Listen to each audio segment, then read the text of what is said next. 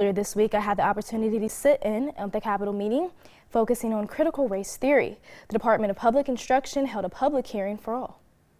During the September 8th meeting, though valid points were argued from a number of sides, one message continued to arise, which had no relevance, but seemed to have many North Dakotans in a frenzy. The main reason I'm writing to you is to urge you to please pass legislation further prohibiting the concepts of critical race theory. That's to us. As a teacher who watched my 13 and 14-year-old students become confused by gender ideology, I would love to see laws which do the following. Students are not allowed to use bathrooms and lockers of the opposite sex. Parents must be notified if their child adopts a transgender identification, the only exception being there is good evidence that abuse would happen in the home. Teachers are not required to use the preferred names or pronouns of students who identify as transgender. Gender is not meant biological sex. If not meant biological sex, should be prohibited from being taught in the schools.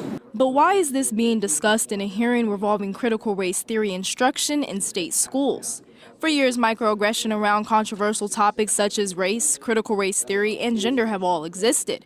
But in this instance, why are we including gender studies? The correlation is made because many believe if racism should not be forced onto a child by an educator, neither should gender. Bismarck parent Mark Long shares an experience of his own. One son's teacher was in same-sex relationship. Started pushing that onto the kids. Now my son was confused. Within 6 months, he was thinking about suicide.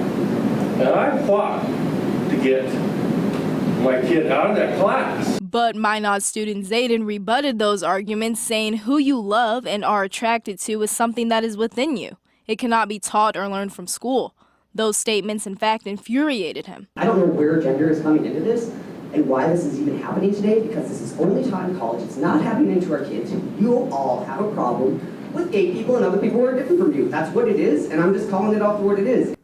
Laying down the concerns, it seems the Department of Public Instruction has another topic to address outside of critical race theory. Should gender and sexuality studies be on the school cutting room floor next?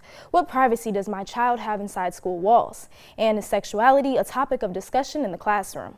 I will be reaching out with hopes to get these questions addressed for North Dakota parents and our students.